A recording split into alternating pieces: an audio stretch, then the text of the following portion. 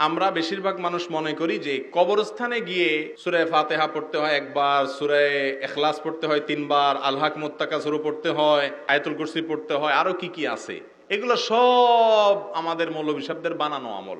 এগুলো made in Medina না, এগুলো 2 নম্বর, মেড ইন চায়না।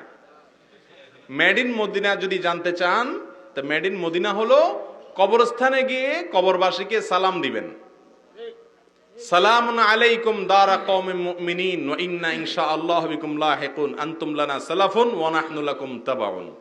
আরো বিভিন্ন রকমের হাদিসের ভাষ্য আছে। আমাদের দেশে বেশিরভাগ মানুষ পড়ে আসসালামু আলাইকুম ইয়া আহলাল কুবুর মিনাল মুসলিমিনা ওয়াল মুসলিমাত ওয়াল মুমিনুল মুমিনাত। যাই পড়েন সালাম দিবেন, কবরবাসীকে কি দিবেন?